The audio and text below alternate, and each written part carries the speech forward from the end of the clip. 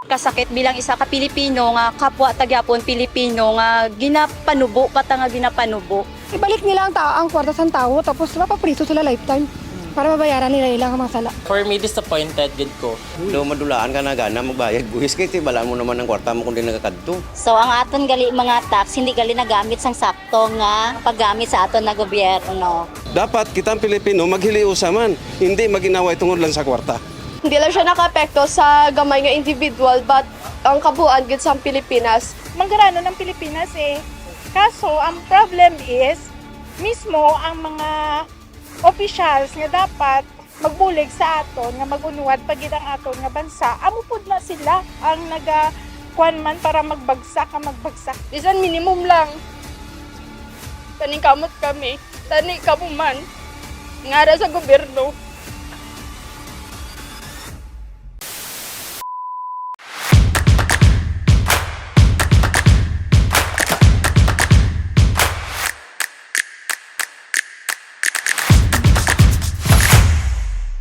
Mayong adlaw South Cotabateños. Yari naman kita sa aton nga segment nga South Cotabateños anong masay mo. Diri lamang sa South Cotabato angat ka. Mainit-init karon nga topiko nga ginaistoryahan ang maanomalya nga korupsyon labaw na sa flood control project sa pungsod Pilipinas. Madamo sa mga kongresista ang mga naulamid kag ginapaidalom sa maidid nga investigasyon sa Kamara kag Senado. Bangod sini, ginasinggitan sang katawhan nga kinahanglan may manabat kag ibalik ang kwarta sang katawhan nga ilagin kuha. Gani para sa aton palamangkutanon subong nga bulan, para sa imo ano ang mahambal mo sa korupsyon sa flood control project sang pipila ka kongresista. Kung ikaw ang magdesisyon, ano ang sa tan-aw mo maginsilot sa mga mapamatud-an nga imbolbado sa anomalya? Dali, off din nyo kami kag aton hibalo ng sabat sang South Cotabateños. Ako gali si Gailan Gonzales Anamay po. Taga Zone 4, Barangay Libertad. Hindi ta mabatyagan ang ginatawag nga nga corrupt sa aton, sir. Pero amo lang gabayad gid kita sang tawag nga tax. Hindi ta mabatyagan diri ang ginarali nila, pero kung isipon ta, sir, ning daw kalain or kasakit bilang isa ka Pilipino nga kapwa tagyapon Pilipino nga ginapanubo nga ginapanubo. Nga kumbaga pigado na ta pero ginapigado pagit lalo. Kanang gaubrat sa tasang tama pero ginakawatan kita. Nang fair kita sa kapareho ta pero nga may mga tao nga mas lalo pagit kita nga ginahimo nga unfair. Ako si Joan Anotado, taga pa Libertad Surala, South Cotabato. Sa amon bilang taxpayer siguro nagabayad na kami tax. So may karapatan kami nga magreklamo. Kag magatag sa ginanakit namon tungod nga isa kami ka taxpayer. Ako po si Robert Lilo Ismayang Malayang. So ano siya, for me disappointed gid ko. So naloy lang abi ko sa sa parent ko kay silang grabe ang ilang effort para makakita sang kwarta. So tapos ang government lang grabe sila magkurakot. So daw wala na sila naluoy sa mga tao. Ako si Julito Ortizo, taga Libertad. Barangay Libertad, Surala, South Cotabato. Ang sistema liwaton. Kung may mga flood control tani dapat idiretso sa mga local government na lang kay parang kung magtinuntos la dali lang dakpon. Kay kung amo na halin sa babaw, damo hapitan abi. Si pag-abot sa project wala na sang pundo. Do madulaan ka na gana magbayad buhis kay tibalaan mo naman ang kwarta mo kung di nakakadto. Para sa amon nga negosyante kami.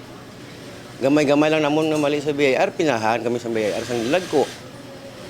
Okay, ako si Mayfloor, taga Coronadal City. Of course, as a taxpayer, so ang aton gali mga tax, hindi gali nagamit sang sakto nga paggamit sa aton na gobyerno. So, syempre, hate kita sa mga ara sa government, atong mga na-involved man sa mga flood control project. Ako si Raimundo Salinas, nagpuyo sa Zone 1, Libertad, Surala, South Cotabato. Kung ihatag sa mga pobre sa bilog nga Pilipinas, wala sing pobre. Oo, kana nga kwarta. Perte ka dako nga kwarta. Bilyones. Hello po, I am Thea Samaldi po.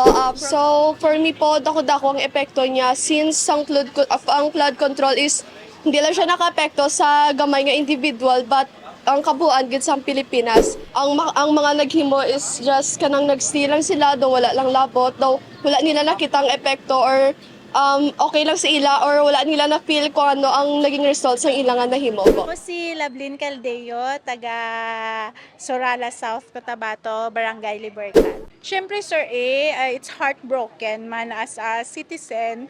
Siyempre, knowing ang mga buwis nga dapat para sa project sa mga governments, para sa pag-unlad sang aton nga bansa, ginakurakot lang sang iban. May akigid nga matabo kay syempre nang kung sa aton pa manggarano ng Pilipinas eh. Kaso ang problem is mismo ang mga officials nga dapat magbulig sa aton nga magunwad pagid ang aton nga bansa, amo pud na sila ang kuan man para magbagsak maging ano man ta aware sa pagboto sang tama nga ihalal naton para man maprotektahan ang aton nga kwarta nga ginahatag para sa kaunwaran sang aton nga sang aton nga bansa. Ako si Anilin, taga Barangay Cebuano, Tupi, South Cotabato. Tani maluoy man kamo sa amon nga gapaning kamot man adlaw. Dugo kag pawis permi ang ginapuhunan para lang makakaon sa pangadlaw-adlaw. Sabi ko. Kami bisan budlay ga paningkamot kami kay para lang may bakal. Bisan minimum lang. Paningkamot kami. Tani kamo man. Ngara sa gobyerno. Kung ikaw ang magdesisyon, ano ang sa tanaw mo maging silot sa mga mapamatud-an nga imbolbado sa anomalya? So may ara gid sir nga tao nga mas karapat dapat nga mas may knowledge gid nga maghatag sa ila sang hatol nga para sa ila. Kay para sa akon sir, kung mahatulan sila sang tama nga para sa ginhimo nila, okay lang man sa akon sir. Kay syempre mas balaan nila kung anong dapat nga himuon dito sa mga tao nga to. Ako nga reaksyon na mo yun. Ibalik nila ang kwarta sa tao tapos mapapriso sila lifetime para mabayaran nila ilang masala. Ang panawagan, ipapriso sila tanan! Tanan, lifetime! Damo sa kotse, kami wala kotse. Kami nga bike lang. For me, dapat islan gid ang dapat islan subong kay syempre kaluoy man kita nga mga sa tao, kaluoy man kita nga always na lang gina-corrupt. Due process gyapon. So kung mamatulan, pambitayo na lang na. Para nga wala na sa may magsunod sa ila. Siyempre sa mga kontraktor, hindi man sila, wala sila lang lakas ng loob kung waay mga tao behind them nga mga taga-government. So siguro kung sa government, impeachment. Kung may mga sa taas man ng mga posisyon, pero itong sa mga lowest position, siguro dapat lang gid sila makulong. Panagutan nila kung ano itong nahimo nila nga against sa aton nga law. Sa akon panglantaw sir, ang dapat nga kung tinuod gid man mabalaan nga sila naghimo sa mga korupsyon, dapat may penalidad. Ang penalidad siguro, kinanglan i-question sa taong bayan kung anong dapat nga ang penalidad sa ila. Kay bugat man ang bilyones Bilyones ang ging-agawan nga kwarta karon. Dapat kitang Pilipino maghiliusa man, hindi maginaway tungod lang sa kwarta.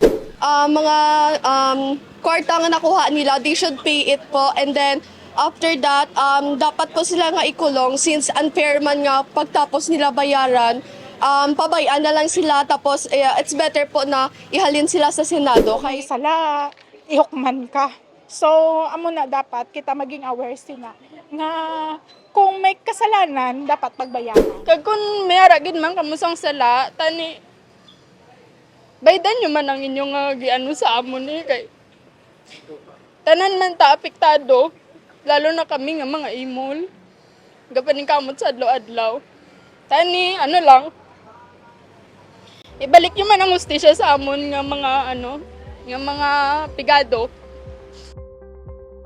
Kagamoy na ang sabat sang South Cotabateños kung ano ang reaksyon sa mga pumuluyo angot sa korupsyon sa flood control project, kagano ang manginsilot sa mga mapamatud-an nga imbolbado sa anomalya. Updin nyo naman kami sa masunod nga bulan diri lamang sa South Cotabateños Anong Masay Mo. Ako si Chris James Cabaylo. Halong!